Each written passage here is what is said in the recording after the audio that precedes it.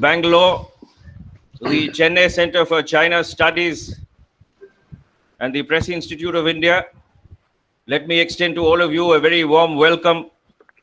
I'm Sashi Naya from the Press Institute of India. Mr. Heblika and Commodore Vasan are there also on the screens. They represent ICSB and C3S. So welcome to this two-day virtual conference. The focus being on cyber security and securing India against the backdrop of what we have labeled Deciphering China.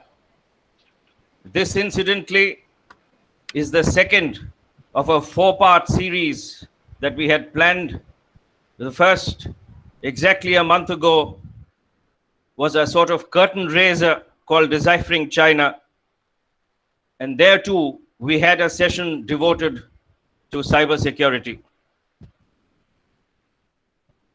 I must mention here, for those who are not aware, that ICSB-C3S and PII, our association goes back quite a long way when we started programs on national security and foreign policy in 2012 or thereabout. And we've conducted several programs so far over the years. The only difference being that since the last program, it's been a virtual sort of a conference, and we are looking forward to many more as the months go by. Some of those who attended the last conference had asked me, what exactly is it that your three organizations do? And for the benefit of them, if they are tuned in today, and for those who are here, let me just run through what these organizations do. The Institute of Contemporary Studies, Bangalore, is a multidisciplinary think tank. It has four broad areas of expertise, namely to conduct specific seminars and workshops on issues related to national security, international relations, regional and local issues. The second being to conduct professional training for government agencies, public sector undertakings, and the corporate sector. The third, to undertake risk analysis. And the fourth, to associate with like-minded organizations, universities, colleges on national security issues. The ICSB's activities have remained focused on India's national security at one level, and it brings in some sort of synergy on specific subjects related to energy security, cyber security, information security, climate security, etc., and also developments in India's neighborhood. Mr. Heblika heads the institute or organizations based in Bangalore. The Chennai Center for China Studies, popularly known as C3S, is an Indian think tank that carries out research on developments in China and assigns priority to Indian policy interests. The Young Minds of C3S is an initiative taken that is designed to encourage a younger generation of China-oriented scholars to contribute to the academic and technical conversation around the subject of China and Indo-China relations. C3S was ranked the 30th best think tank in 2018 among 90 think tanks considered from Japan, South Korea, China, and India in a think tank survey conducted by Think Tanks and Civil Societies program. And so that is something to be proud about. And leading them from the front is Commodore Seshadri Vasan. Finally, the Press Institute of India has its origins in New Delhi. 1963 was when it was founded. It's an independent non-profit organization established to create and sustain high and responsible standards of journalism through its various programs and publications. Although in today's context, we are actually having a tough battle, I must add. It is run by a board of trustees that includes some of India's leading news publishing houses. I don't want to name them now, but you can look at our website and find out who they are. PII's training workshops for journalists are focused on a range of issues, from development journalism, women empowerment, child rights, to national security, foreign policy, and also the basic writing, reporting, and editing workshops. The Institute has trained thousands of journalists from India, Pakistan, Sri Lanka, Bangladesh, and other parts of Asia, and offered fellowships as well. So that then is the background of the three organizations. For those who haven't got the updated program, let me point out that Lieutenant General Rajesh Pant, scheduled to speak at the opening, has sought to speak at 11:30 a.m. So we'll wait for that. But meanwhile, we'll start or kickstart the webinar with a session titled India's Cyber Security Management. I will invite Mr. Pratap Heblika, the Managing Trustee of the ICSB, to chair the session and to introduce the panelists. But before that, I must also point out here that this program or putting together this program has taken quite a bit of time and effort. And I must specifically point to three people here who represent CyberWiz: Suresh Bulusu, Samir Akseka, and Munjal Shroff. So I must extend a warm welcome especially to them, and we must thank them for putting together what looks to be a different kind of a program, the highlight of which is likely to be the one that will follow later in the day, what is called the tabletop exercise. So we all look forward to that. So let me introduce Mr. Heblika. He's the Managing Trustee of ICSB. He retired as Special Secretary to the Government of India in September 2010 after 38 years of service. A specialist in insurgency and counterinsurgency in India's northeast region, Myanmar, Bangladesh, Bhutan, Sri Lanka, and Nepal. He has supervised China-related work and developments in South Asia and Southeast Asia. He has held several sensitive appointments both at headquarters and in the field.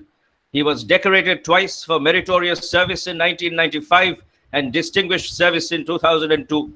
An alumnus of St. Joseph's College in Bangalore and Central College, Bangalore, he is currently visiting professor at Manipal University and adjunct faculty at the National Institute of Advanced Studies in Bangalore. Mr. Heblika is associated with several corporate entities and others in an advisory capacity and also on cyber-related issues. And I must also add here that he's been the driving force behind this series of programs, and especially this one on cyber security. Over to you, sir.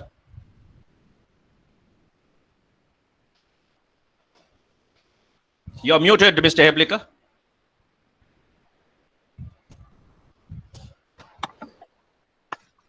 Thank you, Shashi. Good morning to all.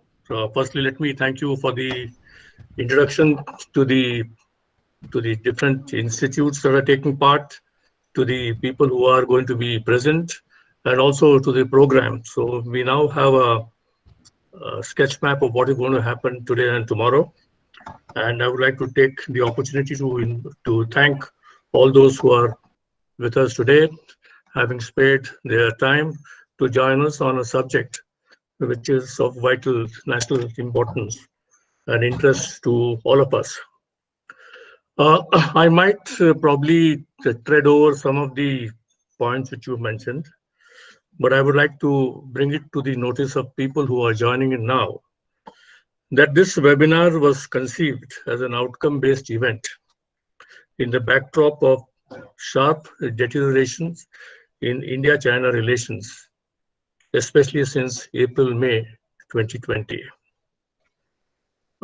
Deciphering China is an important aspect for anybody who wants to be in the mainstream of understanding, analysis, and assessment of what China means to us.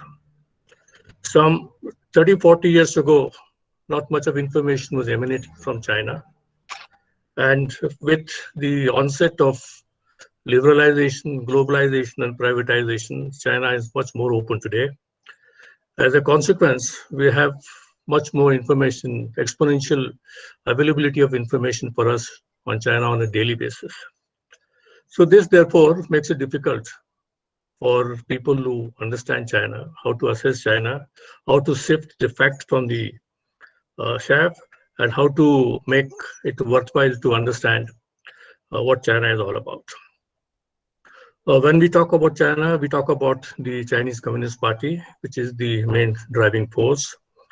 We had planned 4 webinars on this particular title, Deciphering China. keeping in view what is happening now, what is going to happen in the future, and how are we in India prepared to meet these challenges, and how are we going to help our neighboring countries to help understand the kind of threats that bear down on them. So the webinar took several weeks to be put together, and I must say that I'm very grateful to some of my colleagues who are on the screen today and who will be joining us in the course of the program today and tomorrow. We had basically 4 webinars to attend, to bring forth. The first one was on September 29th and 30th. We talked about India-China relations. We talked about the Chinese Communist Party, its national security doctrines, its objectives, and its interests, and how what are China's tangible interests and intangible interests in today's world, and what is India's response to it? How does all this mirror on India, and where are we on that point? So we had some extraordinary speakers in the first webinar, right, ranging right from the best who had served in the country, who spoke the language and who had understood Chinese from the very beginning of their careers. In the webinar that we are going to be part of today and tomorrow, we talk about Chinese exploitation of cyberspace and its threats and challenges that await the world, await us, especially India, because India is China's closest neighbor. And I think India needs to treat China as its main adversary in all aspects of our relationship. And I would say that as long as the present dispensation in China continues to be in power, or as long as President Xi Jinping continues to be head of the party, the government, and the military, India will continue to face rumblings in its relationship with China. So we need to hunker down for next several years to keep a sharp eye on what China is doing. So in our program on cyberspace, we'll get to hear the best of experts in the field, people drawn from the civil and military life, media, researchers, and people who have actually practiced cybersecurity in a very defined manner. Following this, we have 2 more webinars, again focused on China and its maritime dimensions, and Chinese media landscape. These are all the areas where China seems to be leveraging its strength and also the focusing on the weaknesses of its smaller neighbors. I will not want to take much more time, because I would like to give as much to the panelists to tell us, to enlighten us on what lies ahead. But I would like to make only 3 points at this juncture. That we need to understand that while efforts are being made to indigenize and to Indianize our structures, we also need to understand that there is a form of 5th column that exists in India that prevents our movement in that direction of self-sufficiency in technology, and how these Trojan horses are carrying out the bidding, wittingly or unwittingly, of their of the vested interest elsewhere. The second point I would like to make is that there is going to be a greater requirement of public-private partnership. Rapid digitalization without adequate safety net or safeguards is creating a massive impact on our national security infrastructure. And we need to see how we can bring into this focus our own energies, knowledge, and technology. And lastly, through this webinar, we would also like to see what are the new technologies and strategies that are available to make us much more self-sufficient, not only in this space of cyber, but also elsewhere. Without taking too much of time, I would now not like to turn to my panelists. I'm blessed that I have an extraordinary panel of distinguished professionals. I will start with Rear Admiral Kale, who was in the Indian Navy, worked for 35 years, a man who was an alumnus of the National Defense College, who spent his professionalization as in the IT field and held several sensitive appointments whilst in the Navy. Commodore Kale, in his presentation, will look at the critical pillars of India's national security management and will also suggest a way ahead to make digital network resilient to cyber attack and data exploitation. After Admiral Kale's presentation, then we have Mr. Pavitran Rajan, an alumnus of the National Defense Academy. While serving in the Army, he did pioneering work in cyber intelligence and information warfare. After taking retirement, he has continued his interest in this field. And he works for a number of think tanks on the same field, besides being a member on board of 2 private institutions. He will cover the principle of cyberspace as commons that has been propagated since the inception of the internet, and how India accepting this has allowed China to make inroads into India and the strategic vulnerabilities thereof. To balance our panel, we have 2 young ladies, each distinguished in her field. We would like to welcome Namrata Biji Ahuja to the platform. Namrata works for The Week. Anybody who's read The Week will know that she has been a prolific contributor in the field of national security on cyber space and the technologies that go with it. Apart from being a very prolific journalist, she has also had several recognitions coming in her way, and we are indeed very happy that she is going to join us today. Namrata's focus on today would be to highlight how threats from China have evolved based on the new strategies of the People's Liberation Army, and whether India has been able to build a robust centralized system to counter them. One thing which I would like Namrata to tell us about the Huawei 5G core network and how critical is it to the PLA, and how critical is it that we need to ensure that we don't have these influences in our forthcoming 5G network era.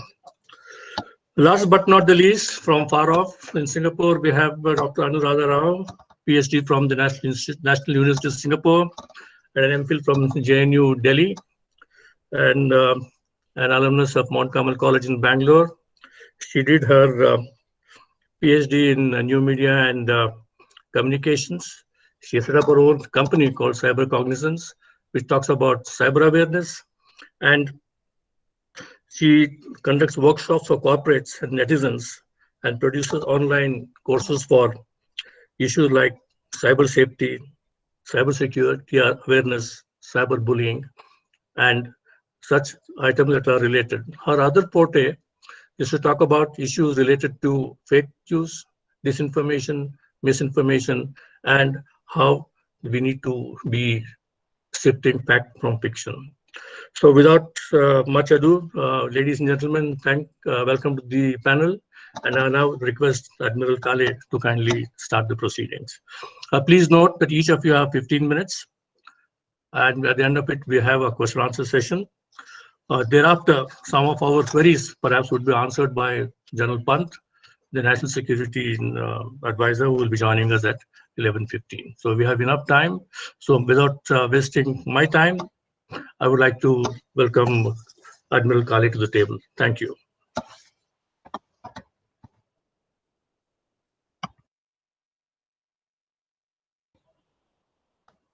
Admiral Kale?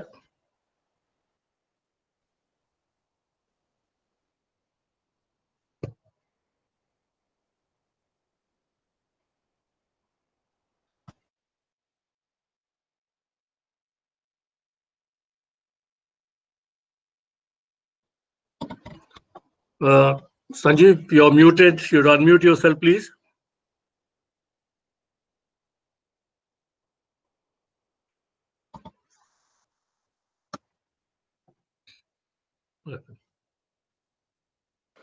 He's still on mute.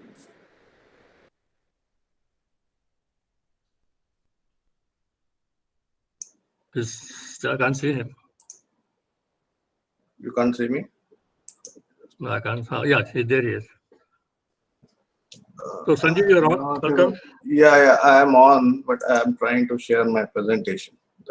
Give me a minute, please. Yeah.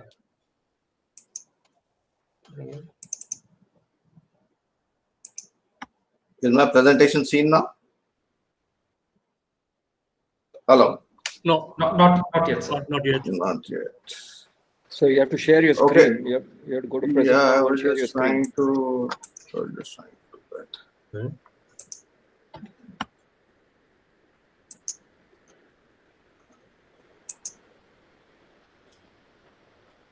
If not possible, I can play the deck from my end, sir. That should not be an Yeah, issue. can you do, Bala, please, can you do that? Sure, sir. Just opening. 1 second, sir.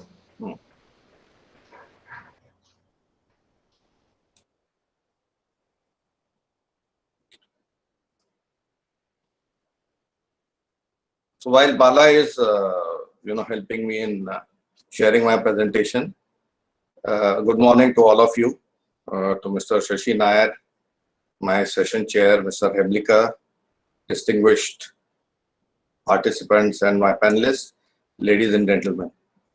I must start by saying that I am indeed honored to be part of this conference on deciphering China, cybersecurity, and securing India. A subject which is so very topical today in the backdrop of the recent ransomware attack which we have had on one of India's largest pharmaceutical company, Dr. Reddy's. This underscores the fact that as a nation, not only the government networks, we need to be more prepared with regard to our infrastructure and private sector also. I'm as an opening batsman, because I know over the next few hours and tomorrow there will be a lot of China which will be spoken about.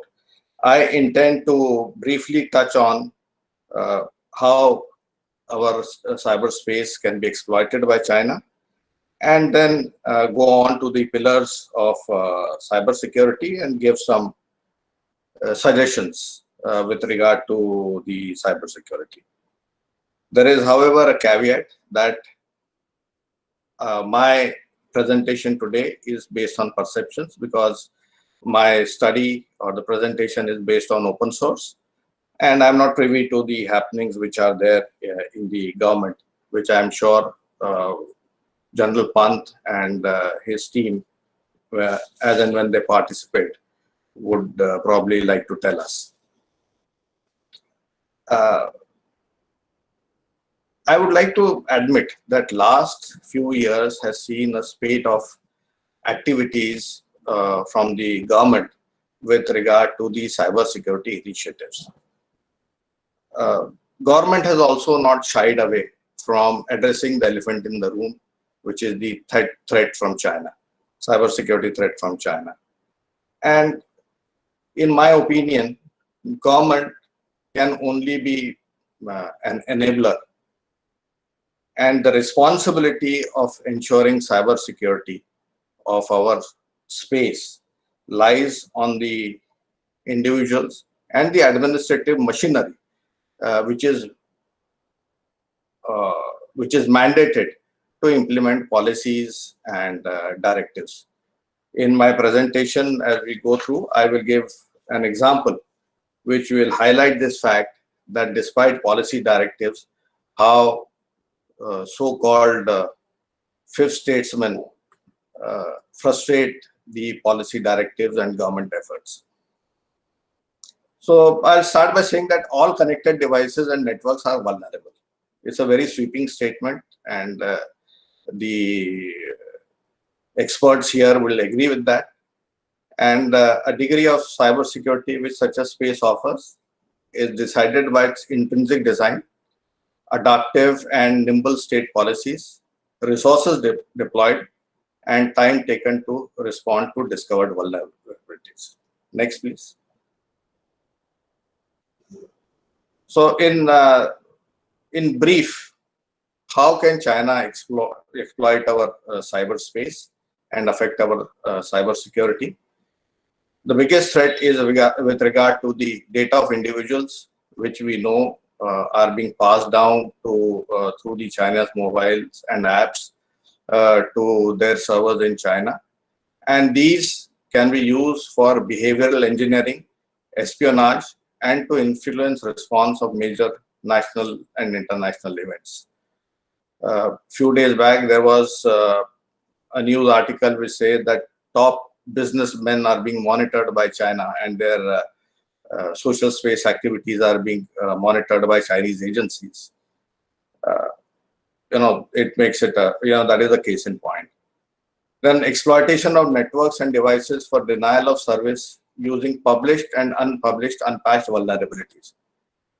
I will come to this in my presentation. And possibility of embedding backdoors in Chinese supplied hardware for use as at a later date, which is akin to sleeper cells, which Mr. Hebleker is very well aware of. Next, please. So, according to me, the three pillars which affect the cybersecurity management are the networks, their design and hardware, policy and regulatory framework, and the resources we can bring to bear to improve our cybersecurity management. Next, please. So where do we stand? I would like to do some plain speak. Our networks have grown organically. They were not designed with cybersecurity in mind and have heavy dependence on imported components like switches and routers. Now, most of the switches and routers use operating systems which are foreign to us. We do not have, as a nation, we do not have control over over those operating systems, and we do not have these operating systems accentuate vulnerabilities. There are possibilities of backdoors, and we are dependent on these companies for patching up of vulnerabilities which are discovered and published. On the policy and regulatory front, lack of overarching legal mandated policy framework specifically relating to cybersecurity and data protection.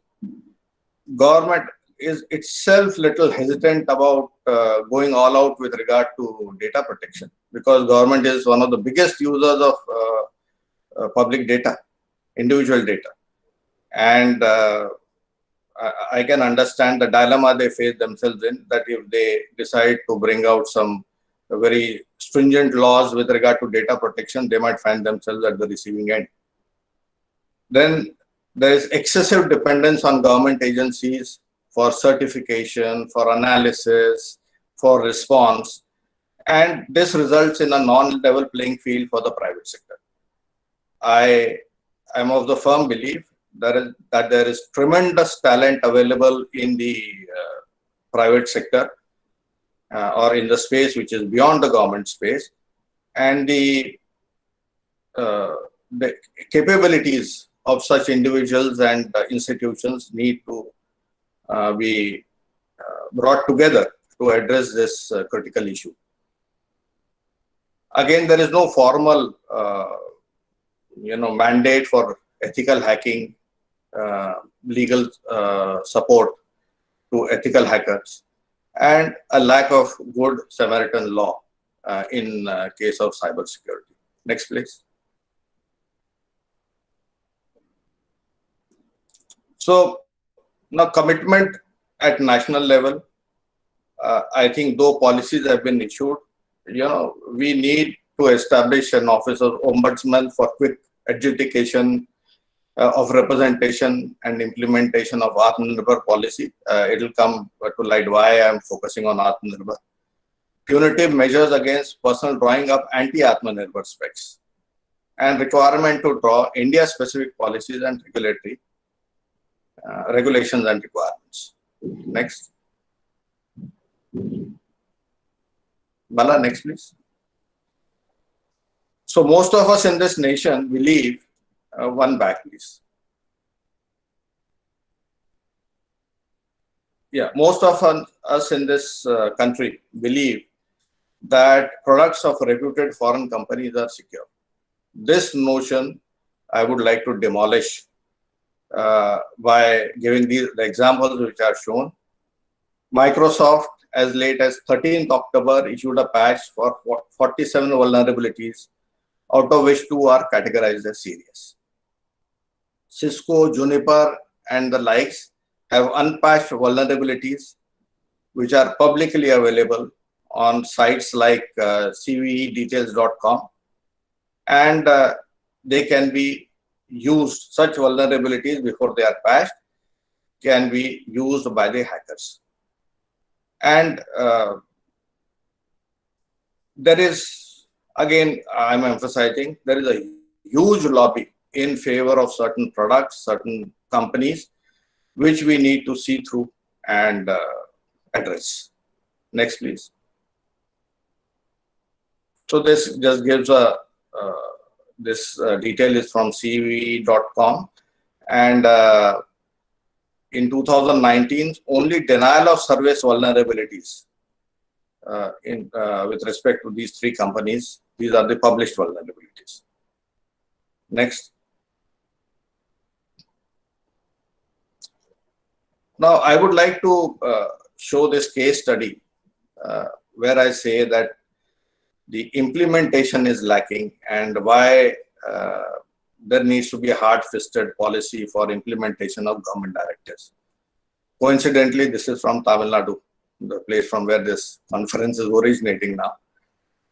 There was a tender this year for Tamil Nadu BharatNet, which was meant to connect 12,524 gram panchayats under a centrally sponsored scheme. Now, though issued in 2020, early 2020, it did not have the Make in India clause. So the company system integrators represented and central government intervened, and it was retendered. The project required supply of hardware, laying of fiber optic circuits, cables, and integration effort. And I am taking one particular deliverable, which is the routers. That presentation has gone, Bala.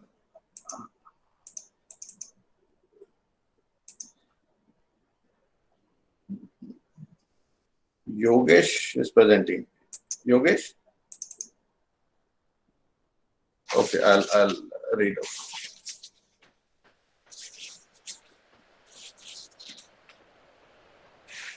Yeah, the one of the deliverables was a gigabit router, which had a requirement of 4 10 gig ports. After the hue and cry, tender was reissued with a Make in India clause. But see how the, next please, how the system got manipulated again. Bala, can you put the next slide, please? No. Yeah.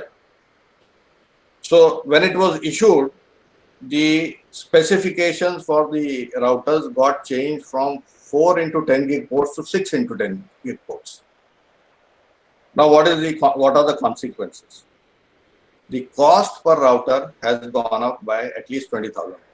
So approximately 24,000 additional expenditure. Change of specs blatantly support a company.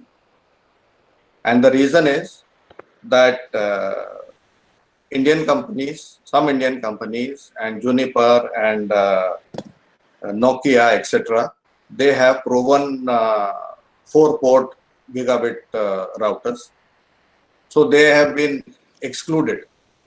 Now, if this tender goes through as it is, then obviously one company routers will get fielded, and this, of course, it's a foreign company. Now, there is no justification of changing this specification because we have only 2 networks in Gram Panchayat, 2 fiber optic networks in each Gram Panchayat. You can have 2 redundancy.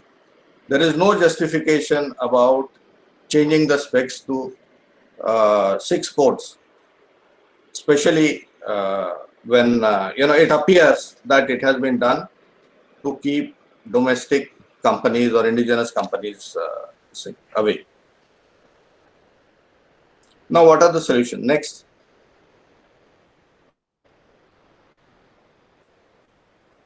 So I come to my recommendations with regard to solutions, that there is a requirement of paradigm shift in evaluation of networks, computes, and application infra.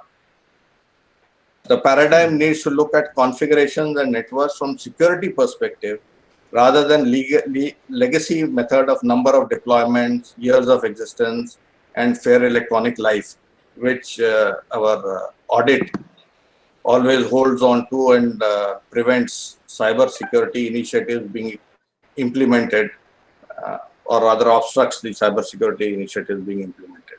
Next, please. There's a need to diversify a security profile of communication networks. Basically, each network should use products from 2 different vendors as against single vendor. We have a L1 policy, and you have, so if all network components would be from one company, we should prevent, or we should ensure that all the network components are interoperable and they should be at least from 2 different vendors.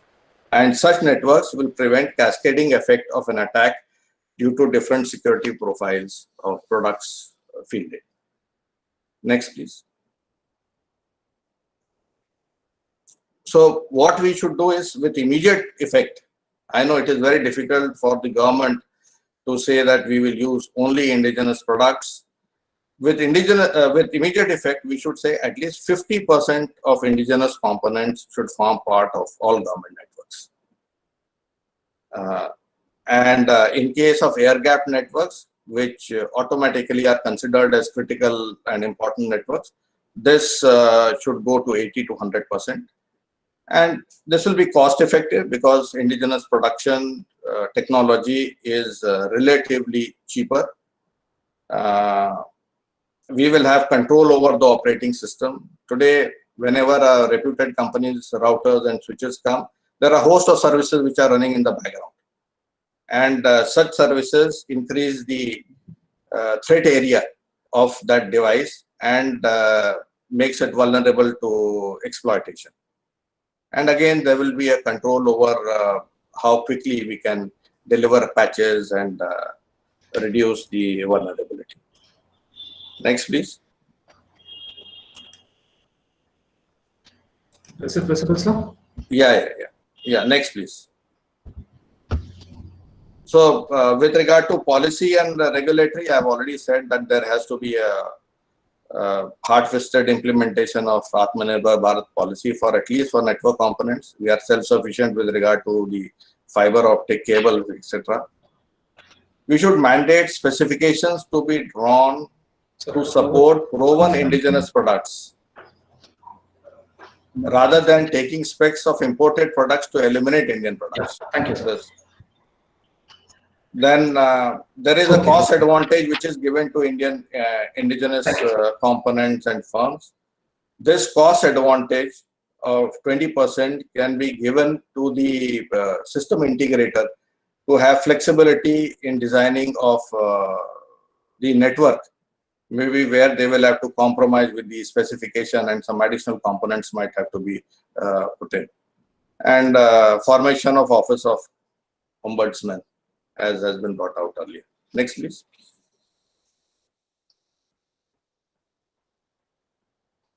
Then, as brought out, legal mandate for ethical hacking.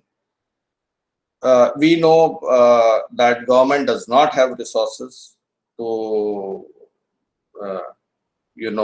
set up huge infrastructure where ethical hacking can take place, but definitely we can have infrastructure where all simulated government networks are available, and under controlled circumstances, declarations, we should open them to ethical hacking.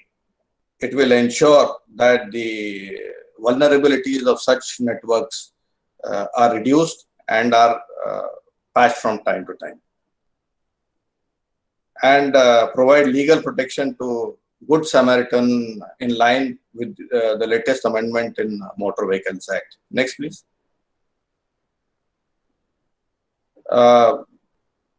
Again, there are PSUs and DPSUs which have got huge electronic PCB manufacturing facilities.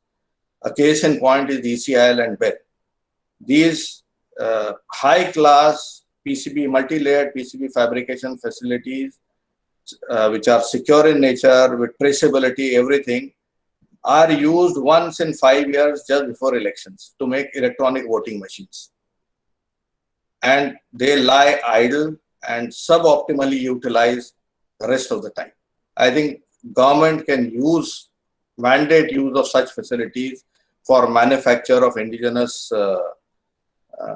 devices. Again, it will drive down the cost and will optimally utilize these facilities. Another point which I would like to bring out and which experts might comment on during their presentation or question answer is that I have noticed that not only foreign apps, but Indian apps do not give you access unless you agree to all the conditions. The only big multinationals have started giving the choice of how much data you want to share with regard to location, etc., etc. But most of the apps do not give user that choice. I do not know how it can be mandated, but we need to have a serious look at this and probably frame some regulations where the choice of sharing of data should remain with the user of the application. Next, please. Sanjeev, you have 2 minutes. Yeah, I'll finish. So I've just paraphrased the Good Samaritan policy, which is there in the Motor Vehicles Act, which has been brought out, amended in 2019, which is in red. A person who in good faith, voluntarily and without expectations of reward or compensation, takes up steps to ascertain existence of vulnerability, reports it to the owner of the network or to National Cyber Security Emergency Response Team. I think we need to protect such people. I personally know of a lot of institutions who have come across such vulnerabilities but are hesitant to report because of they do not know what will be the consequences. Next. With regard to resources, I would say that India is neither China with unfettered controls, nor it is United States with ability to deploy huge resources towards cybersecurity. The solution to deal with cybersecurity, therefore, has to be India specific.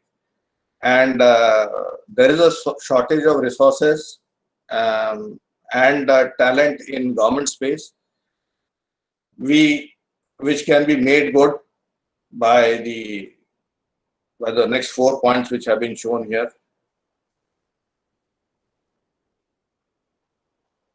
Next, please.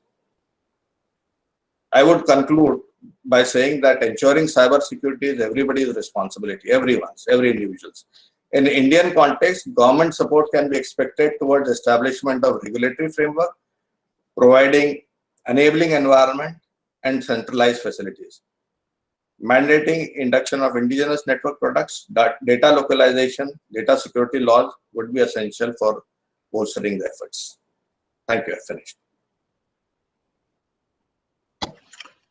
Thank you, Sanjeev.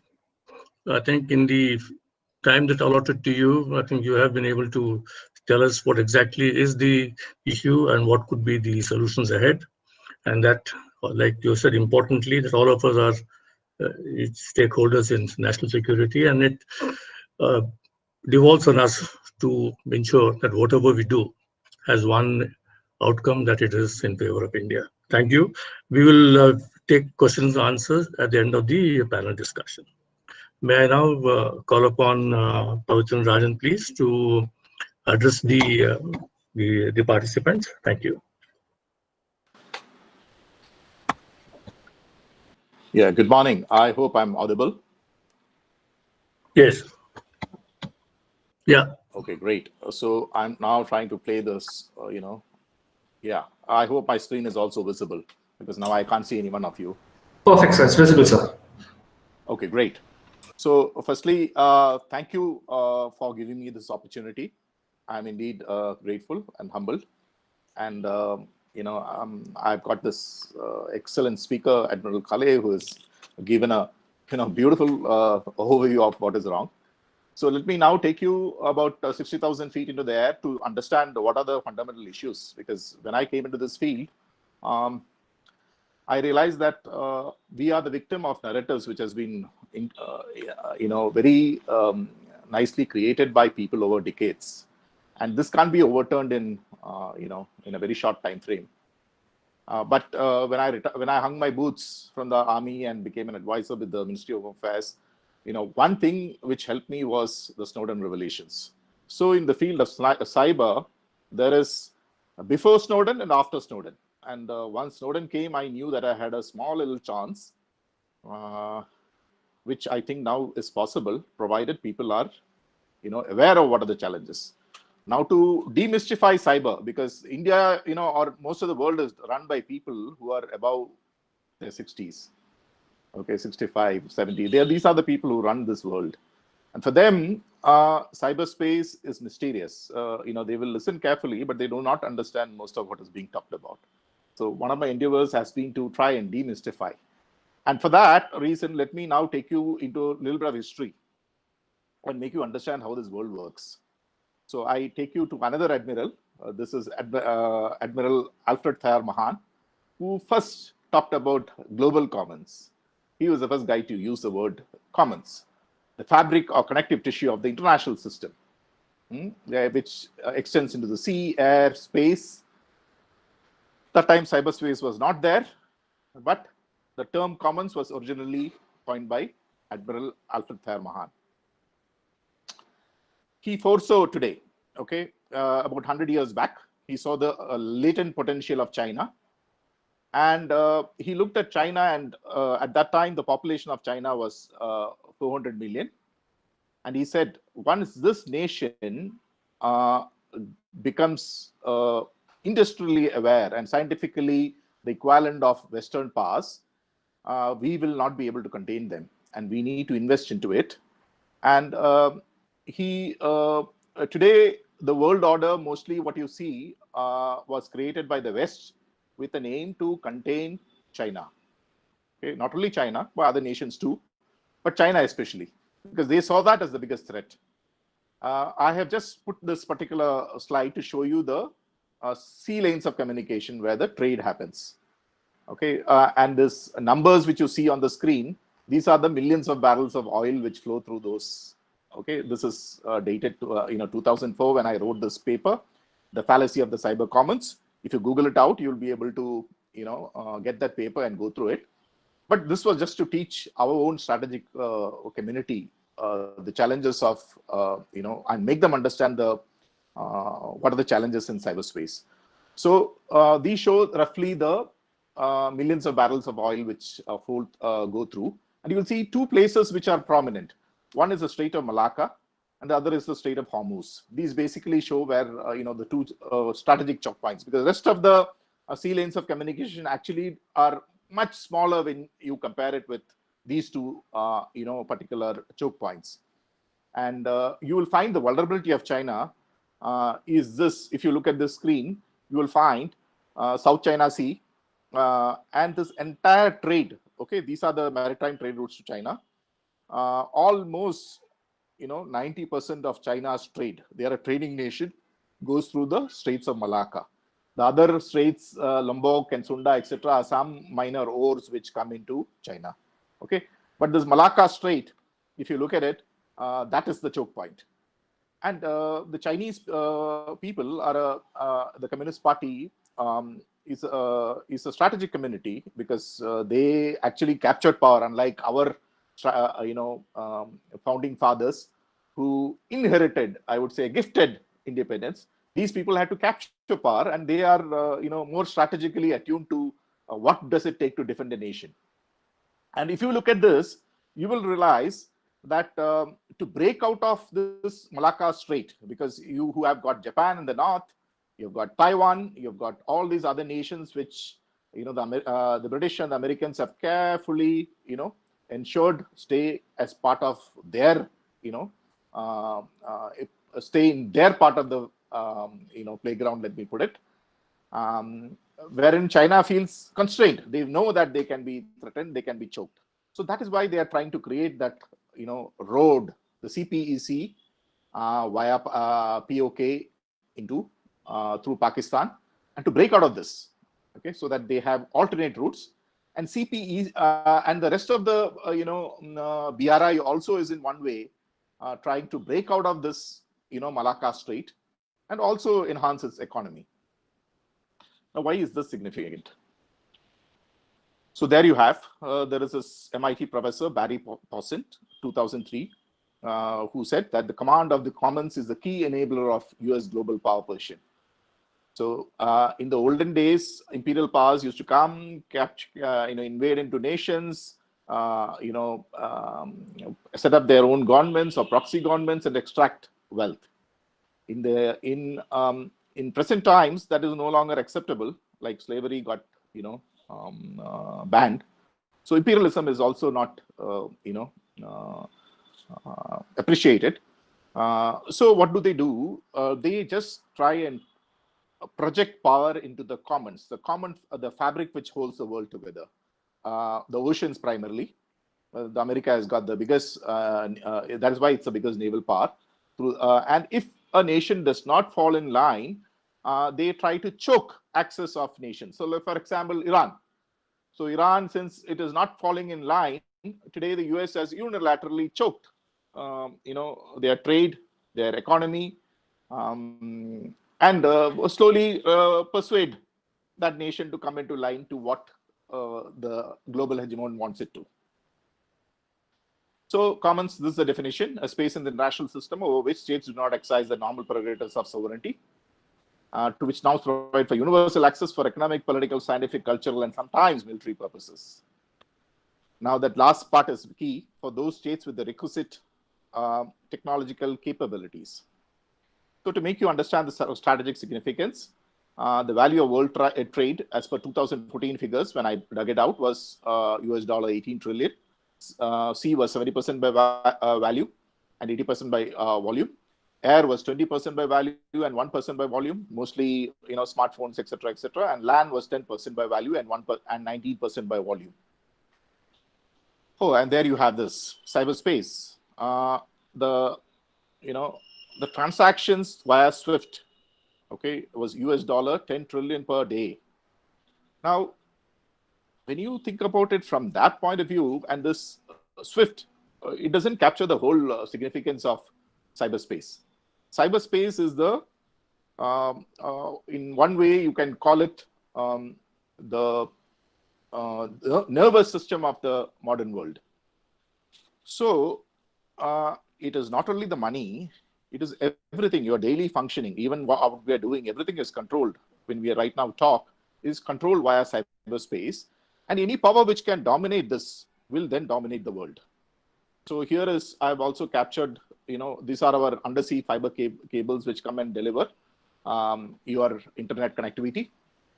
And most of it is via more than 90% is via Mumbai. Although we are now very focused on Leh is just, in one way, a piece of land which has it does have huge strategic significance, but it doesn't affect you. But something on those cables will affect all of us, immediately. So there you are. The global critical infrastructures are composed of both public and private institutions. I've just, what have you, banking, finance, chemicals, energy, transportation, telecommunications, everything is out there. And that is why, cyberspace has been described as a strategic high ground of the 21st century. And the Chinese declaring their intentions to concentrate on cyberspace and information warfare to defend itself and also break through the hegemony which today the Western powers have. So the first guy to talk about cyber commons was a gentleman, another admiral, Vice Admiral Arthur Sebreski, when he headed the Pentagon's Office of Force Transformation. He compared the cyberspace commons to the maritime commons of the 19th and the 20th century, suggesting that cyberspace will be the most important strategic commons of the 21st century. But there are significant differences to cyberspace. Firstly, it is not it's an artificial construct. It's a creation of, it's a space which has been created by humans. And unlike other domains, to create a navy, they say you need a century. To create an army, maybe much lesser time. Air Force, slightly more time. Cyberspace, the entry barriers are very low. Anyone with a laptop or a smartphone can get into cyberspace, any kid. And he can make a difference because if he can code, and he can make a difference out there. And why is this so significant? Because unlike the domains of nuclear and space, where the state needs to put in a lot of resources, in cyberspace, the best and the brightest will never work for the state. They will not work in a bureaucracy and rise gradually. The brilliant guys might work in a corporate for some time, but most of them start up their own companies. And that is the reason why public-private partnership is so significant. And in fact, our DPSUs and our PSUs are one of the fundamental reasons why India is not a cyber power, because they have curated policy in such a way that the Indian private sector cannot, exert itself at all. So characteristics, I've just put it into this particular slide. It's basically, information, physical and information layer. There is also there are people who say these are the two fundamental layers. There are people who argue that there is a cognitive layer. Cognitive layer, I belong to the set of guys who mostly talk about the physical and information layer, because the cognitive layer cannot be empirically captured, and it is further, if you look at it, it flows out of the information layer. But cyberspace is also a venue for military activity. So now let's come to China. So we come back to China, the central part of China. China, with 700 million plus population, is the largest online market in cyberspace. They did not foresee weaponization of, cyberspace by the US, before Snowden. But since the Communist Party of China was very a Western pass, they, constructed the Great Firewall of China.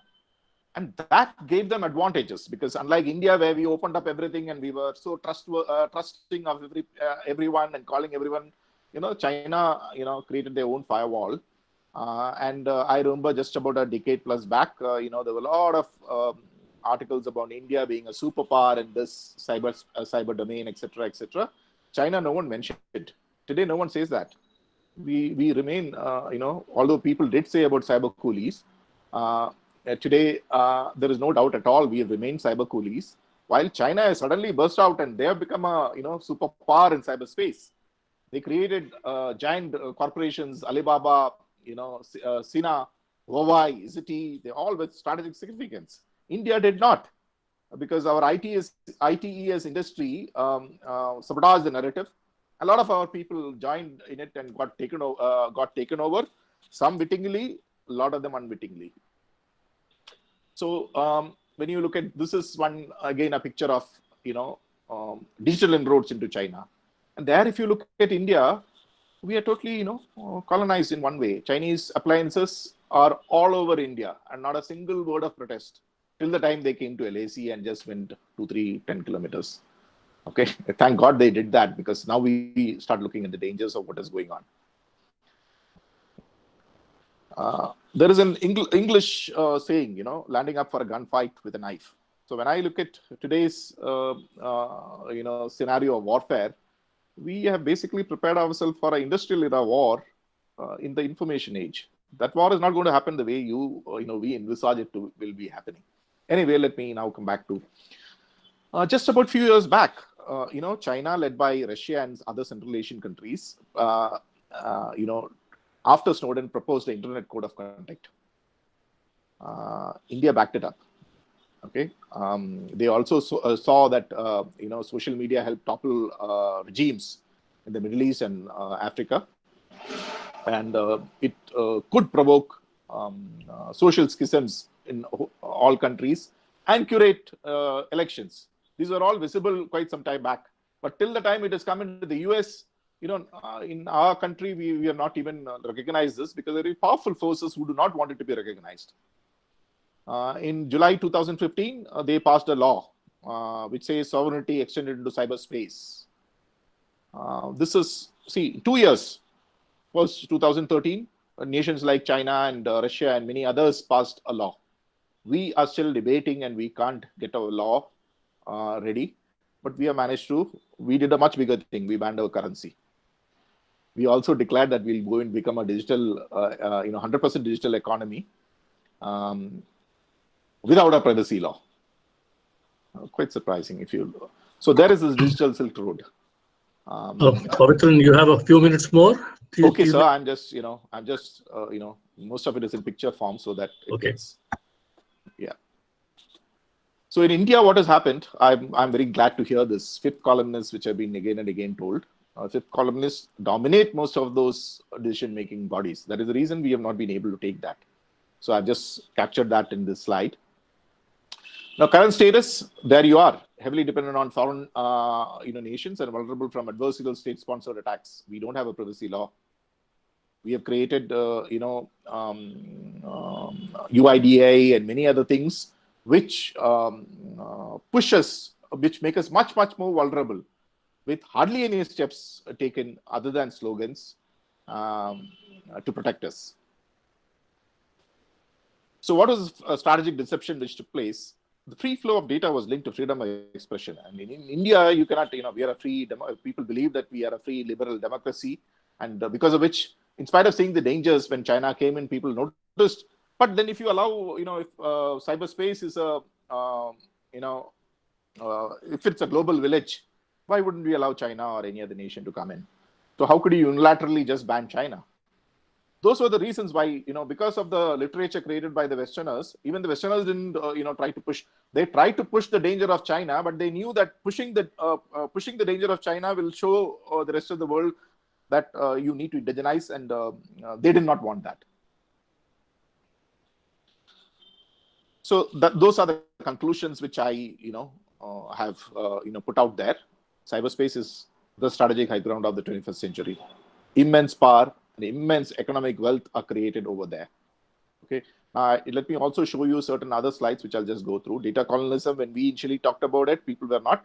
But then thankfully, Yuval Noah Harari came and talked about it in WF. So people have started taking it more seriously. Top internet shutdowns of the world. India, the biggest. We have got the largest and most varied population sets in the world. Population, okay? We are divided by caste, community, religion, language, whatnot. We still don't have a data localization policy or a privacy law. There it shows. The largest companies, 2006 versus 2019. In nearly 2006, okay, there was Exxon, General Electric, a whole lot of companies, only one Microsoft, which they are in the top companies. And there have you in 2019. Aramco is there on top, okay. But all in blue, all ICT companies. And you have Chinese companies who have come up, not a single Indian company. From value add to value extraction, again, all going into ICT data. Now, about this big four, people have talked about and their influence in India. It's very important. I've just taken this slide from the big four. We do believe that we are a budding superpower, but thankful, if you look at that thing about our global per capita, it's mostly like, sub-Saharan Africa. Okay, the color is, we might be slightly above sub-Saharan Africa, but we are very, very far away from our potential because our, policies are being curated by others. Now, if you look at 2050, PwC, I've taken it out.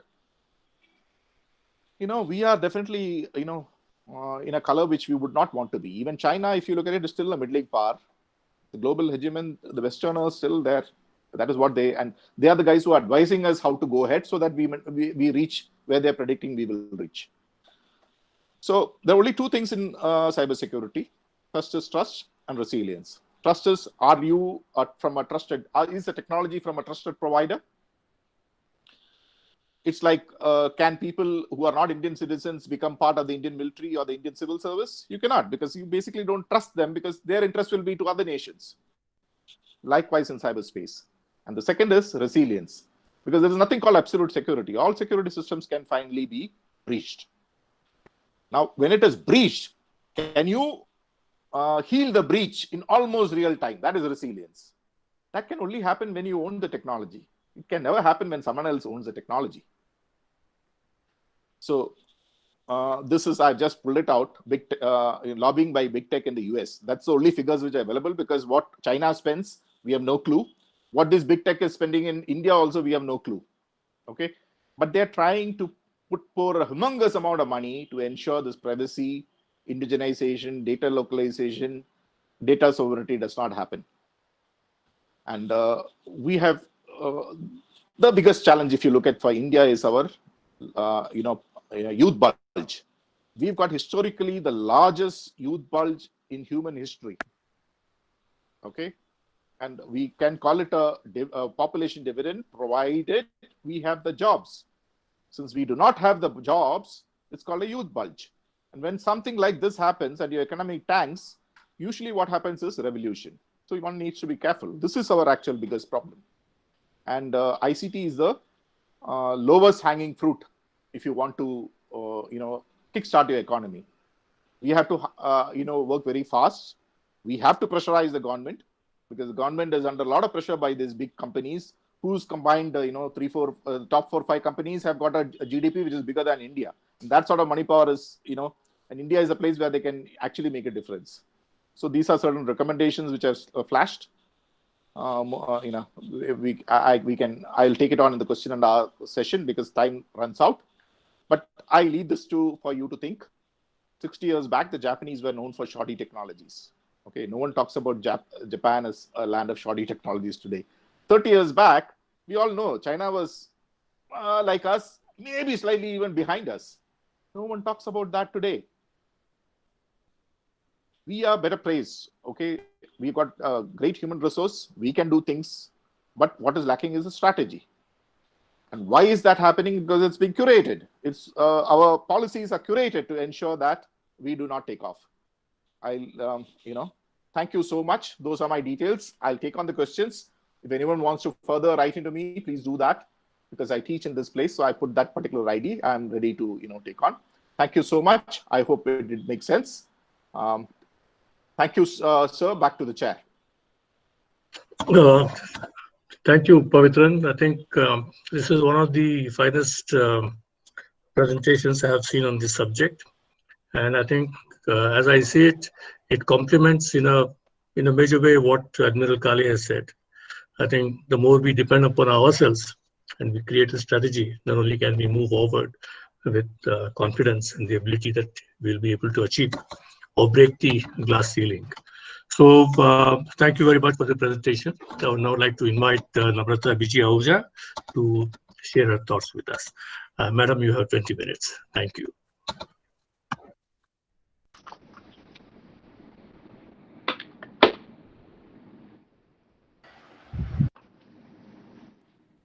So thank you, Mr. Hebricker. Thank you. Welcome. I'm glad to be here today. As you said, that it took a while to organize this webinar. And why is this so important is because in the last decade, cyberspace is getting increasingly dominated by China. We all remember the 2010 Commonwealth Games in Delhi. While CWG became synonymous with scams, it also became synonymous with China-sponsored cyber attacks, at least 200 a day. So what were these cyber attacks really aimed at? It was easy to guess. They could hack into websites, steal official communication, steal the plans, disrupt games by leaking schedules, confidential data of participants. Besides managing these threats online, the Home Ministry was regularly briefing the media of how China had unleashed its young army on of the PLA to jeopardize the CWG. A very small example is how the government was then worried about a plethora of serious concerns about a 400 crore aerostat, the giant helium balloon that was the show stealer at the inauguration event. The CWG aerostat had cameras that gave a 360-degree view. It was another story that the aerostat neither failed nor was it hacked into, and later was offered to the DRDO for surveillance research. While the entire CWG games planning and execution was being driven by technology and internet, the threat was not only to the power systems handling the aerostat, it was also to the CNG stations, the automotive bus systems, and the Home Ministry was getting sleepless nights. It was the certain at that time that was busy battling these coordinated attacks. And soon after, the government proposed to set up a National Cyber Coordination Center to improve coordination between center and states, various other stakeholders. Largely what we saw and what we see today still is India has a graded mechanism to fight cyber attacks. We have, the National Crisis Management Center, we have a plethora of institutions. Now, a decade later, when China army is, when Indian army is trying to block the Chinese maneuvers in Galwan Valley and the LAC, it's once again battling the PLA's cyber offensive. And the PLA has only become more aggressive and definitely more equipped. India's multiple parallel institutions managing the cybersecurity infrastructure are alert and responding. But, what I think is that to push back China in the cyberspace, we are not adequately equipped still. The answer is definitely a no when it comes to whether India is really equipped to, handle cyber attacks. One example, as Mr. Heblikar mentioned, if we talk of the technology that China has been, targeting the Indian technology systems and the kind of inroads they have in not only, targeting India, but in the world space. We take the example of Huawei. Over the past decade, Huawei workers have teamed up with various members, various organs of the PLA on at least 10 research endeavors spanning artificial intelligence to radio communication. They include a joint effort with the investigative branch of the CMC, the Armed Forces Supreme Body, to extract, classify emotions in online video comments, and an initiative with the elite National University of Defense Technology to explore ways of collecting, analyzing satellite images and geographical coordinates. Those projects are just a few of the publicly disclosed studies that shed light on how staff at China's largest technology company teamed up with the PLA on research into an array of potential military and security applications. These projects constitute, elements of the 5G core network, and it would be naive on the part of anybody to consider that they have no backdoor from a Huawei 5G core network into the PLA. The collateral, let's talk of the collateral damage to Indian telecom networks. The dependency on imported 5G network equipments will put India at the risk of collateral damage at a time today when Chinese and Western nations, are targeting each other's equipment. China has reportedly been accused of rigging 5G security tests in a bid to discredit Western companies and protect Chinese telecom giants like Huawei. Beijing has been leaking details of security vulnerabilities in equipment made by Huawei's rivals to a 5G testing team as it looks to bolster the reputation of the controversial Chinese firm. The alleged campaign comes amid a large-scale security test with more than 100 IT experts carrying out hacking on telecom equipment to check for flaws, according to the report. The teams form part of preparations for the global rollout of 5G and are being carried out on equipments made by firms including Huawei and its two main competitors, Nokia and Ericsson. It has been indicated that Chinese state hackers have been passing information to 5G testers to ensure Nokia and Ericsson are found to produce unsecure network technology. Whatever is the case, it looks like Indian dependency on either Chinese or Western telecom 5G telecom equipments could see attacks and counterattacks in coming days. Another aspect, I would like to cover is of ZTE. So if, just give me a minute.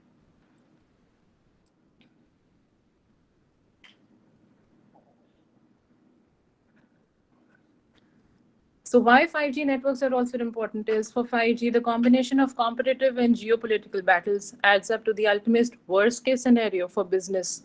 For businesses that make 5G enabled products and services, a patent war trapped in a trade war. So 5G weaponization is for real. The ZTE, is known for its connections today to the Chinese state. 30% of the Chinese telecommunication firm ZTE is owned by companies connected to the Chinese government. The PLA maintains liaison officers, inside systems that, manage these telecom companies. And while we talk of, the threats coming from China, are we really prepared? Is India really equipped to handle it? As one of the panelists was making, analogies of corporations to talk of cybersecurity, I would like to add that our cybersecurity management has too many cooks, and as the saying goes, too many cooks spoil the dish. Secondly, unlike the changed approach we are seeing towards border security today, the approach in cyber management is still defensive, and there is not enough preparation or thought to launch, a balakot or even a surgical strike in the cyberspace if the need arises. I think that's a big lacuna. Yes, we have the NSA who's in charge of the NSCS. He's the apex officer relating to national security. There is the NTRO, which is the Technical Intelligence Unit. We all know there is the NCIPC, there is the IT Act, and we have the National Cybersecurity Coordinator. He's a nodal officer for all cybersecurity threats and responses. Besides this, we have several ministries who have set up their own governing cybersecurity in the country. We have the IT Ministry, we have the Home Ministry, we have the Defense Ministry, we have the external. So there's no dearth of institutions. Next comes policy. So most of it seems inadequate. All of them seem to be working not at cross purposes, but there's no coordinated cyber policy, which each one of them sit, on a regular basis and either prepare a cyber offensive strategy when it comes to cyber warfare. We need to flesh out a policy of proactive cyber defense with emphasis on actions, taking an anticipation to prevent an attack against computers. We certainly need to strengthen our cyber command and build up offensive capabilities and further create a pool of trained people. So as you were mentioning that we really don't want to, depend on, we can't recruit from abroad. I think we have enough minds and we have enough strategies as well as we have enough, skill to create cyber territorial army battalions, which can provide surge capacity to bolster the country's resources during critical periods like what we are seeing today, or in the event, in the event of hostilities.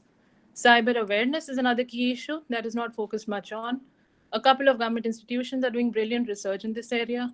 However, this potential remains limited due to weaknesses in outreach.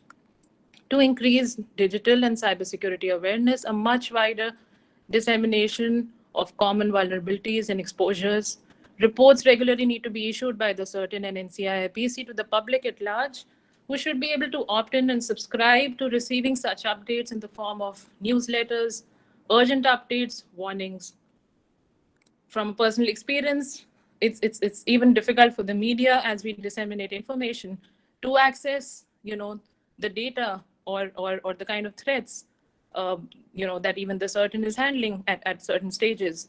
A lot of banks, companies, whoever is facing a lot of attack, it's more of a closed approach. Nobody wants to come forward and say that yes, this is the kind of strategy that has been employed in a certain cyber attack. So those can become case studies, learning experiences through media dissemination of information.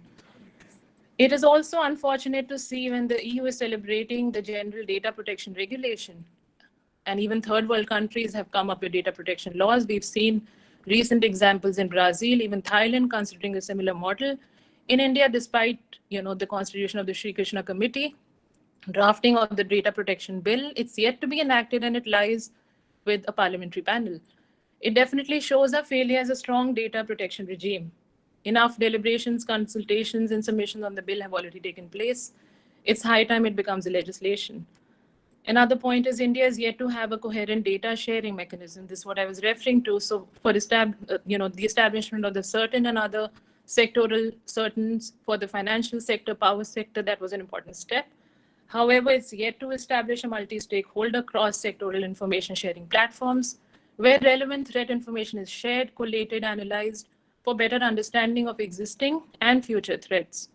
Setting up such a platform could be under the public-private sector collaboration.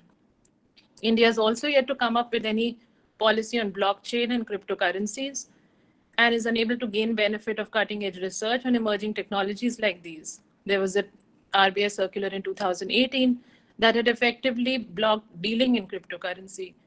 Nevertheless, on a positive side, the RBI is setting up a blockchain and cryptocurrency research unit to understand how to regulate these technologies is an encouraging step. Given their potential for cybersecurity, these emerging techs are already being used by several governments across the world, in Estonia, in Dubai, in Georgia, and Switzerland. Artificial intelligence is another area in which India is really lagging behind.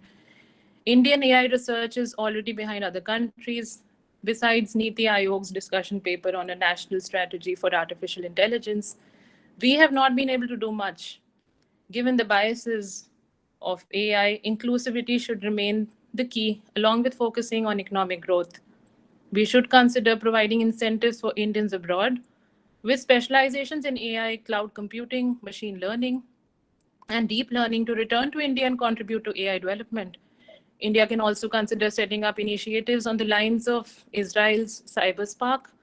Now, CyberSpark is concentrated and powerful cybersecurity ecosystem and consisting of Israeli startups, global companies, the academia, the civilians, the military cybersecurity centers, and they're all within walking distance of one another. We have 3 more minutes. Yes. So we Thank must you. remind ourselves that the cyber world doesn't recognize international boundaries. In order to really benefit with close coordination with other countries, we need to really focus on treaties and mutual legal assistance treaties. The policy planning research division under the MEA needs to, chip in with like-minded nations facing similar issues in strengthening capacities. India should also consider articulating its own position, in the UN, at other international forums. We also need to, I'll briefly touch upon, how we need to classify, demarcate critical, non-critical data when we talk of India's cybersecurity setup. And, the critical information infrastructure of defense and strategic enterprises demands a high degree of inputs from intelligence agencies, and it can be retained with the defense ministry's hierarchy. However, with respect to civilian sectors, we need to have a bigger presence of the private sector in view of their centrality to sustaining, promoting India's economic growth, public-private partnerships, and a nodal agency, either entrusted with the Home Ministry with this responsibility. We also need to take care of cyber terrorism. The MHA has a certain division handling things, but again, it's working a bit in isolation, and it should be tasked with the responsibility of formulating, implementing a policy to deal with cyber terrorism. I believe we have a good warrior, one of the best armies we can have on cyber warriors. We need to really tap this tech-savvy, educated, professional, pool of people who can be skilled and reskilled to fill in this gap in cybersecurity. A lot of attention again to research and development, and also looking at budgetary constraints, which the cybersecurity really has today, also shows of how much importance we're really, attaching to this field. So keeping all these in points, I know I just had a few minutes to speak, so I would thank everybody, and I hope I provided, some food for thought. Thank you. Thank you, Namrata. It was an outstanding presentation. We now, I think, the first 3 speakers were all on the same page as to where we stand on our national preparedness. In terms of the suggestions you have made have been extraordinary, and combined with what Pavitran and Sanjeev has said, I think could now bring to the fore a picture as to where we stand and what are the next steps we need to take, and what are the small steps that we need to initiate in the beginning. I think we have the software, we have the hardware, we have the brains for it. I think the only thing that is lacking is support, institutional, both from the government and the private sector. Now, for our last speaker, I would like to invite Dr. Anuradha Rao. She is based in Singapore. She is likely to tell us what's happening from, what does she see from overseas, the situation that we are confronted. And I think some of what she's going to say is going to add a lot to the discussions on this panel. Over to you, Dr. Anuradha. Thank you, Mr. Hebrika, and good afternoon, everyone, from a very sunny Singapore. It's an honor for me to be on this panel, and my fellow panelists have actually put together a really good and comprehensive idea of the kind of complexities that India is facing when it comes to having a coherent cybersecurity policy. So I am going to come at it from a slightly different angle. And if I could request Bala to play my PowerPoint so that I could sort of focus on the talking. Bala, is that okay? Sure. Okay, great. So my presentation is going to focus on the role of citizen awareness in cybersecurity management. And this is something that Namrata briefly touched upon in her presentation. And it's something that I, as a social scientist, feel is the missing ingredient in a very robust cybersecurity framework, which is the people. So I'll just wait for my slides to show before I continue. Yes. It's coming up. Okay, thank you. Is it visible? No. Okay, it is now. Thank you, Bala. So we can move on to the next slide.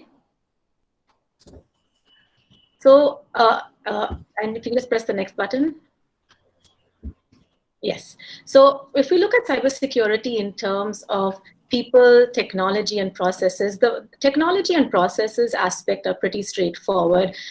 We need to have, as the panelists before me have spoken about, we need to have not only up-to-date technology and security software, but there's also a great need to indigenize our technologies in order to sort of ward off from foreign threats. That's one element. The more outdated our technology becomes, the more vulnerable we are to cybersecurity incidents. The threat vector becomes, the threat surface area becomes much larger. The next element is processes, and we could have really good technologies in place, but then we also need to have systems in place that are not only coherent, but as Namrata just pointed out, that actually need to be in sync with one another. So the Indian government appears to have very many different processes in place, but unless those systems and institutes are talking to each other, we're not going to get on this unified platform that we need to ward off the larger threat. I am going to be talking about an area that I am most familiar with, and that is people. As I just mentioned, I'm a social scientist. What that means is I'm looking at the weaknesses in terms of lack of citizen empowerment, or citizens in this case, I'll be saying netizens or internet citizens. The more and more of us are online, and with COVID-19, that has sort of flipped the way that we think of citizenship. So if we look at the commons, as Mr. Rajan has talked about, cyberspace as commons, we are looking at each of us as being part of the larger global internet commons. So in a way, citizenship is a bit fuzzy, not entirely state-based anymore. But those of us that have affinity to a nation state are also going to be foot soldiers in that nation state's larger aim to protect its borders and to protect its cyberspace from various threats. So I'm going to be talking about the role of citizens as individuals. We definitely need a government to be leading, taking this forward. But at the same time, I think we have to leave the idea that we are only dependent on governments to keep us safe. That era is long gone. We also are increasingly dependent on private sector to keep us safe, and that itself comes with a whole set of complications, because the private sector at its very core is there to make money. It's not there to keep us safe for its own sake. So where does that leave citizens increasingly, or netizens? It leaves us more and more to learn to fend for ourselves, and that is the state of affairs that we are in now. Each of us needs to be a cyber foot soldier. And I think this is what the aim of this conference is about, or these series of conferences, which the organizers had made this very clear, which is to get more people involved in the whole idea that cybersecurity is everyone's responsibility. So what role can, say, media professionals play? And Namrata talked about this. Media professionals have an important role in expanding just cognition or awareness that these threats are real, they're at our doorstep, and we can't keep our heads in the sand and say that it's someone else's responsibility. So this is what I do as part of my own company's work. Cyber Cognizance works on research, education, and awareness raising among citizenry. And I think the idea is to get more and more people involved in a multi-stakeholder effort to make cybersecurity available and awareness available for everyone. So I'm going to begin sort of with that context, keeping that larger context in mind. Next slide, please. So this is the basic premise on which I work. And my background is looking at a critical communication sort of framework. What does this mean? This means that as our cities, countries, the world gets more technologized, we also need to focus on how to make citizens smarter. Now, without the smarter citizen element, we can have excellent technologies and processes, but a single mistake by a single person in a single company or in their household is going to cost that institute or their family or their country a great deal. So if we work at it from that, the person at the center is the most important element. I think we can sort of make a small difference in a more enlightened netizenry. Next slide, please. So in what ways are we vulnerable? I think the first thing is, and a lot more people are part of this effort to increase knowledge about the fact that we are increasingly vulnerable in cyberspace. So human beings are the weakest link as well as the strongest asset in the fight against cyber threats. And I've already sort of made this clear. And we need to now know how our netizens are more vulnerable. So the first aspect is cybercrime. Bala, could you just press the next, yeah. And I'll get to that. There's so many types of cybercrime, and without the knowledge that we are vulnerable to these types of cybercrime, we're already sort of walking around in the dark, only being semi-aware of the threat possibilities. And so whoever is taking on or is going to be taking on this element of education and awareness has to factor in that cybercrime is around us. It's at any point in our lifetime, we are likely to become a victim of cybercrime. There is just no way around that. It may be a crime that is not as, it doesn't affect us to a greater extent, but it will affect us to some extent, or someone around us. So we need to realize where the dangers lie. Next one, please. And next again. Sorry, I forgot to take out all the animations. But so once I talk about the dangers of cybercrime, I'm going to focus on fake news and misinformation. This is something that I work on. And I know that there is a panel on this tomorrow. And unfortunately, because of my teaching commitments, I'm not able to make it for that panel tomorrow. But I really wanted to bring in this element of fake news and misinformation and to show how netizen vulnerability comes in and how it's related to cybercrime and how it's related to national security and where citizen awareness comes in. So the idea is to kind of link all these together so that we really understand that we can't have one of the other, that they all are very, very linked. And before I continue to the next slide, I would just like to say that I'm in Singapore and I'm not looking at the India-China conflict I think from the same lens that the rest of you are. I'm looking at it from a more third-party, more dispassionate, so to speak, point of view. I'm looking at it in terms of cybersecurity gaps and vulnerabilities and advantages of both parties. So I sort of am coming with a different perspective to this webinar. So please bear with me as you see that it will be slightly different from what my previous panelists have presented. Next slide, please. So just very, very briefly, I think a lot of people I know on this panel are aware of this already. One of the things that I do, and I know that digital literacy efforts is on really focusing on what types of cybercrimes are out there. And I'm not going to go into this in detail, but I think this is a crucial element for us to incorporate in our cyber awareness efforts. That the ubiquity of cybercrime, as long as you have a phone or as long as you're connected to the internet, is just, I mean, it's almost taken for granted that it's going to happen at some point of time if we're not careful. Next slide, please. So I wanted to quickly talk about why I'm talking about, say, cybercrime in relation to national security. And there is a linkage between the two. If we look at cybercrime, particularly in relation to its definition that's taken for granted, it is that cybercrime is linked to financial motivations.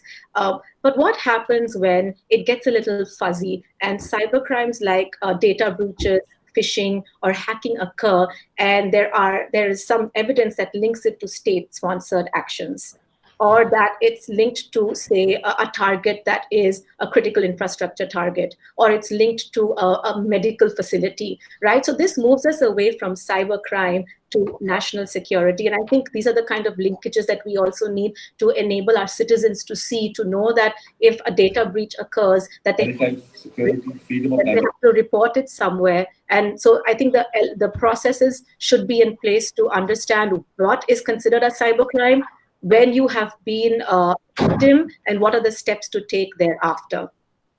Next slide, please.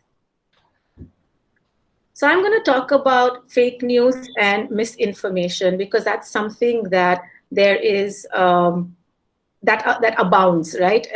Everywhere we look, and even if we are not cognizant of it, we should be aware that misinformation surrounds us. And so one of the most recent the event that has happened and fake news has followed is the India-China conflict after the Galwan Valley clash that happened in June this year. And as we know, fake news follows every local, national, or global event for the last few years, but particularly with COVID-19, there was such a huge surge in fake news that it really took observers by surprise, and it really made people who are in the thick of action, like fact-checking websites, really rush to sort of figure out how to combat fake news on this extent, which they hadn't really faced before.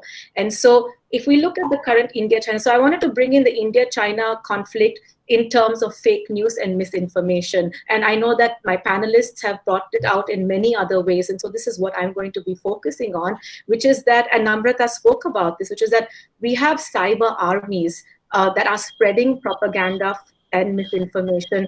And we also know, if I look at it dispassionately, that this happens all around the world. It is not specific to India or China or Russia or anyone else. But what we do know with some of the research that has been conducted is that the sophistication of the Chinese cyber army seems to be far superior than what we have seen in many other instances. And so even if we have fake news that emerges from the Indian side, the well-oiled Chinese cyber propaganda machine is already many steps ahead.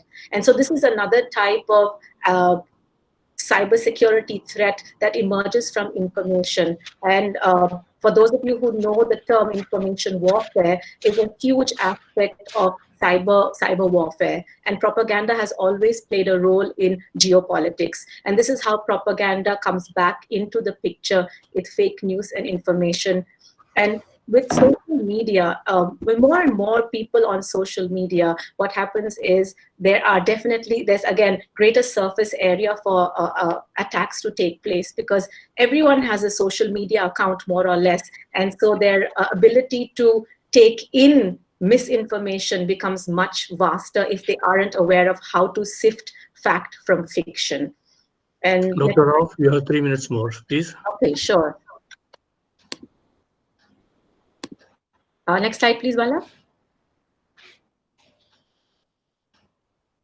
Okay, we can skip this. Okay, so what I wanted to talk about is why is this related then to the whole idea of citizen awareness? At its core is the tactic of targeting civilians through cyber warfare tactics. And this, I feel, is a huge gap in cybersecurity policy and implementation. And not being in India, I actually want to raise this question to my fellow panelists. I would love to hear what is happening more about cybersecurity awareness. Is there a coherent policy? And I will talk a bit about what's happening in Singapore so that we understand what's happening here at least. Next slide, please. I'll skip this. We can talk about it later. Next slide. So what's happening in Singapore is Singapore realized, as being one of the most digital countries in the world, it realized a few years ago that a whole of society approach is needed to make boost citizen immunity. And Singapore comes at it from the point of view of digital literacy. Now, this involves providing skills and knowledge to people to being able to use digital resources effectively, like how do you look up information, how do you communicate well online, how do you make digital transactions. But there's also this element of critical digital literacy, which is only coming up much more recently. And this is the work that involves making people understand the critical aspects of new technologies and where the dangers lie. So can you go to the next slide, please? This is one of the examples of a public-private partnership that works to really disseminate information on cyber issues, on bullying, fake news. And so this is some of the examples that we could take and transplant in other contexts, say in India, for sort of making the internet a better place to be for everyone. Next slide, please. And so I work on issues of critical digital literacy, which is basically really talking about examining everything you see online with a critical lens. How is something, is it fake or not?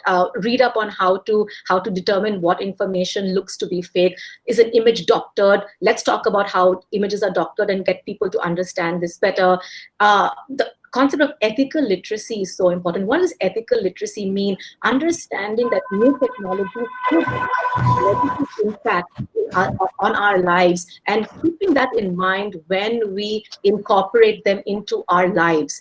Without this understanding that new tech has an ethical lens, is really at the root of many problems when people are adopting technology in a top-down manner, but not using it to empower ourselves. And this is one aspect that, next slide, please, that Dr. Sansan Lim, who used to teach me at NUS, has talked about when she speaks about cross-cultural literacy, digital literacy, and ethical literacy, that we need to boost Singapore's innovativeness. So there's really this discussion about how these different types of literacies weigh in, not only on innovation, but in terms of keeping cyber awareness and cyber safety high on the agenda and getting a lot of people involved. So it just can't be top down, it has to be bottom up, it has to be multi-stakeholder, it has to be interactive, it has to be fun. You have to get people to want to learn these things, and that's the kind of message that sort of I am trying to bring to in general with my work, and work with several partners to do that. Next slide, please. So this is some of the aspects, and I'm almost done, just last two slides. What is critical digital literacy involve? How to seek reliable information, how to deal with information overload, something that even the most, the smartest people in the room have trouble figuring out how to do this nowadays. How are you spreading information? Are you sharing information without thinking first? This is how fake news spreads, right? So getting people to think about their own practices in cyberspace. And again, we have the larger ethical questions of privacy, surveillance, misinformation. What are your values of technology? Is it convenience versus privacy versus security? So these are the larger ethical dilemmas that we'll have to discuss. And yes, my time is up. Thank you. Bala, last slide, please. And if you want to reach me, I give my details at the end of this slide, but basically it's all about making us at the center of this whole boost to make cyberspace safer and stronger. It has to come from within, and it needs to tap into people that are willing and able and really have that drive to make the internet commons safer for everyone. Thank you. Thank you, Dr. Rao. I think you have covered the space in a very cogent and detailed manner. What is important in today's policy making is that cyber awareness, or the man on the street, or the housewife, or the school-going kid, are not usually part of a government context. I think you have very rightly brought to the fore, where does it begin? It has to be a bottom-up approach, where everybody is taken on board. Cyber awareness is equivalent to cyber literacy. And unless we don't invest in it, in time, research, and energy, we would not be in a fit position to take the battle forward. So in that direction, I think your contribution to the panel has been outstanding like the others. And one thing which I always, I think the four of you underline, like what you often said in Singapore, be prepared, your response matters. I now request Bala to kindly take on the question answer part of the panel discussion. And later on, I will thank all the panelists myself. Thank you. Thank you very much, sir. To begin with the question answer session, the first question is by Sri Rajaram sir, who was asked the challenge to think tanks and other policy and strategy institutions in India.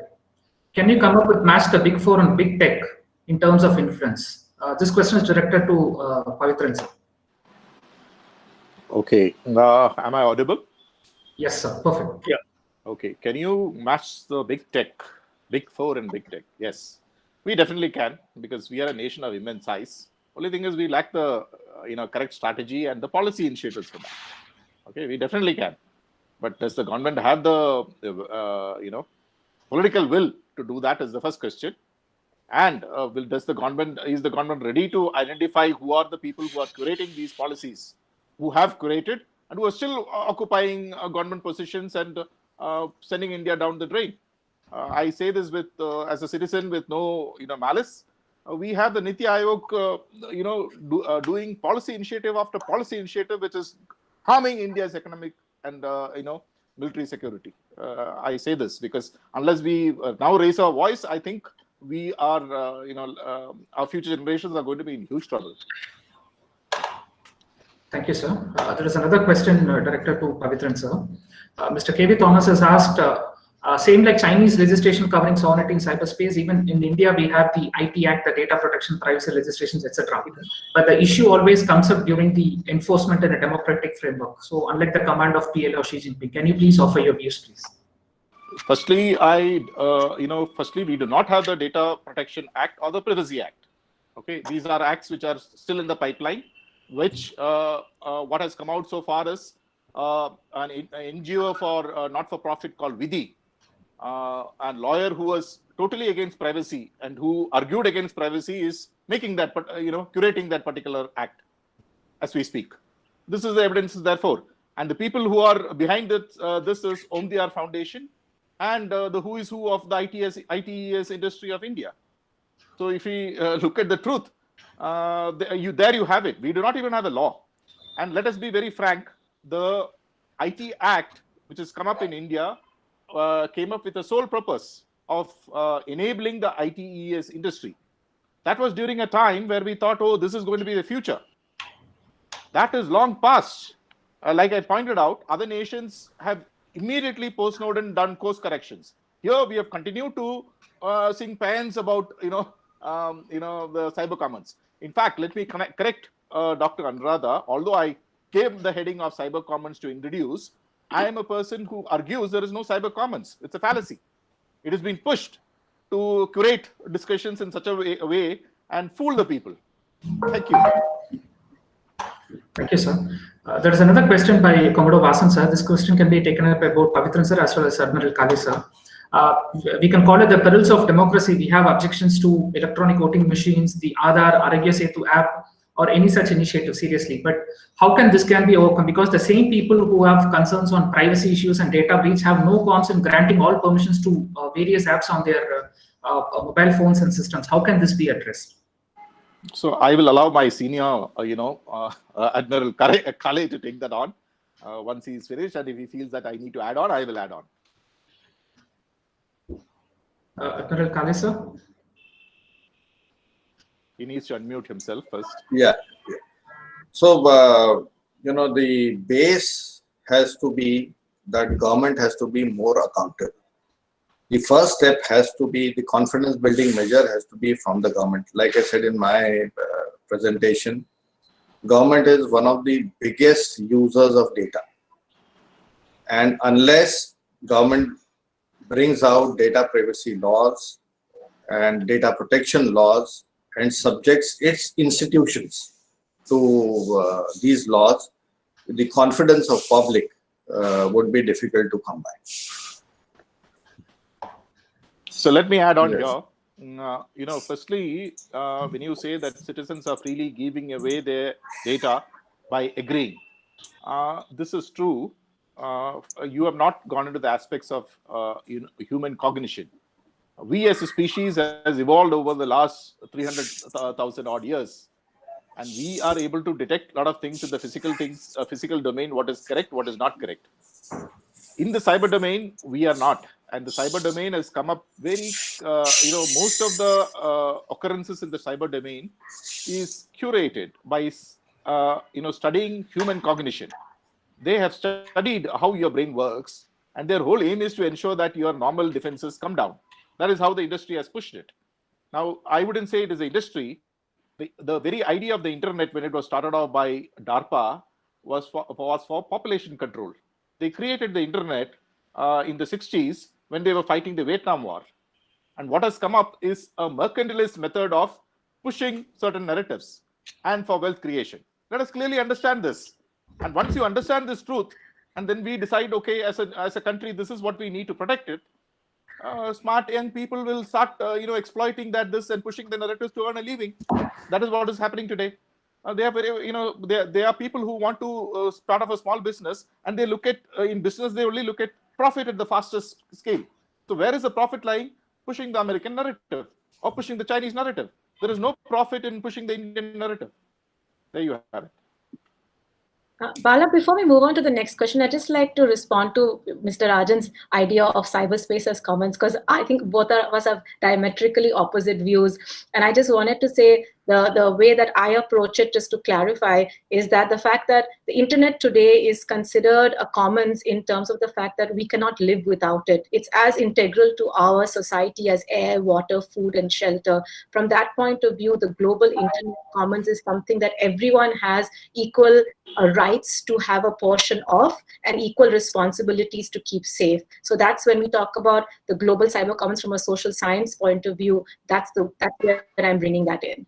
So that's the definition. So can I also respond, to this, Bala? Please, sir. Because we need to clarify this fundamental thing. Although air, water, etc. are not commons, it's the domain of that space which is not under a national space, which is commons. Now, when you think about internet, the internet is totally controlled by the US because they control through the DNS servers, root servers. So, for example, when we push our entire economy into the digital space, tomorrow, if the US decides to switch off the DNS, our entire digital economy will collapse.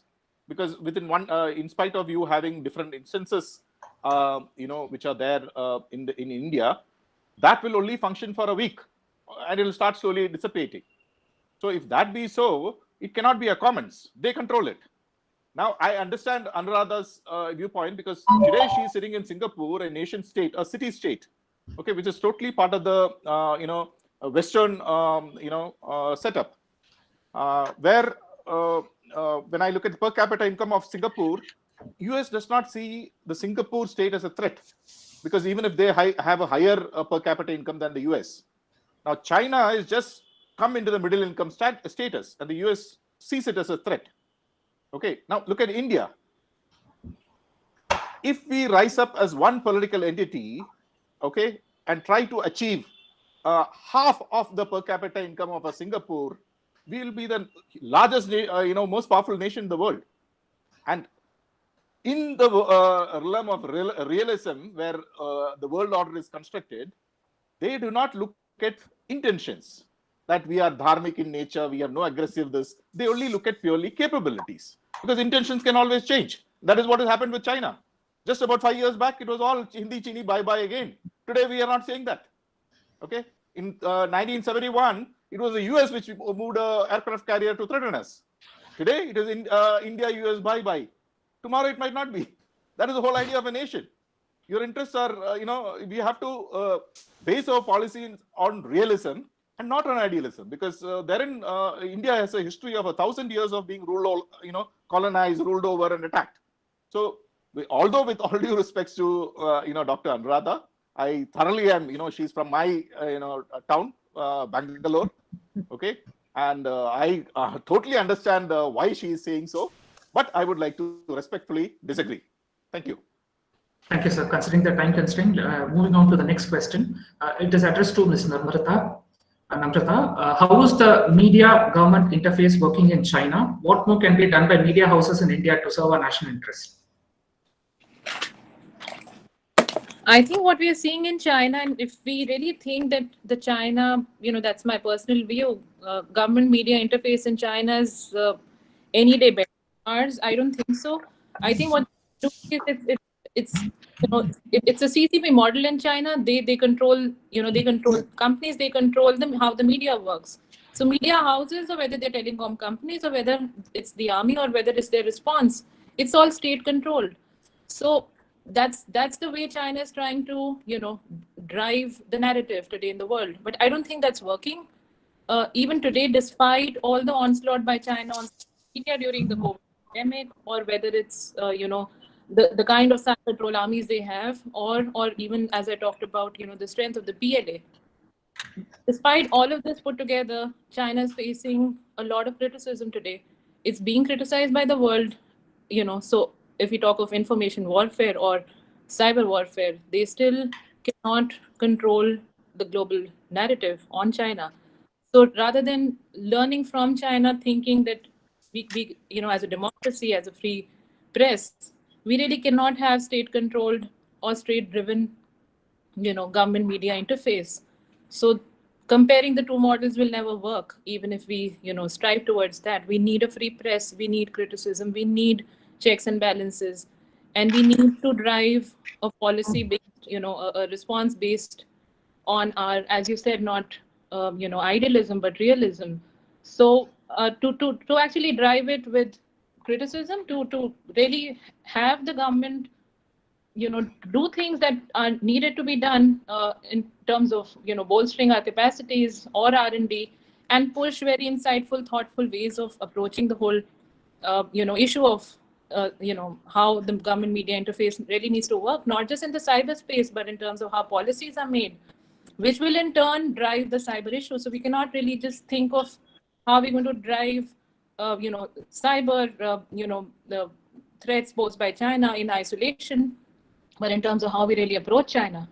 So if we go back to 20 steps back and then see how India-China relations have really used, as you rightly pointed out, in Hindi Chini Bhai Bhai and all of that. So then suddenly what happens when Galwan happens? So are we really have a knee-jerk reaction, or do we really have a coherent China policy? That's my approach. So if we go back into driving a national security policy again, not just a China policy. So do we really have a national security doctrine that's governing our relations with the US or with China or with the world? So the answer is no.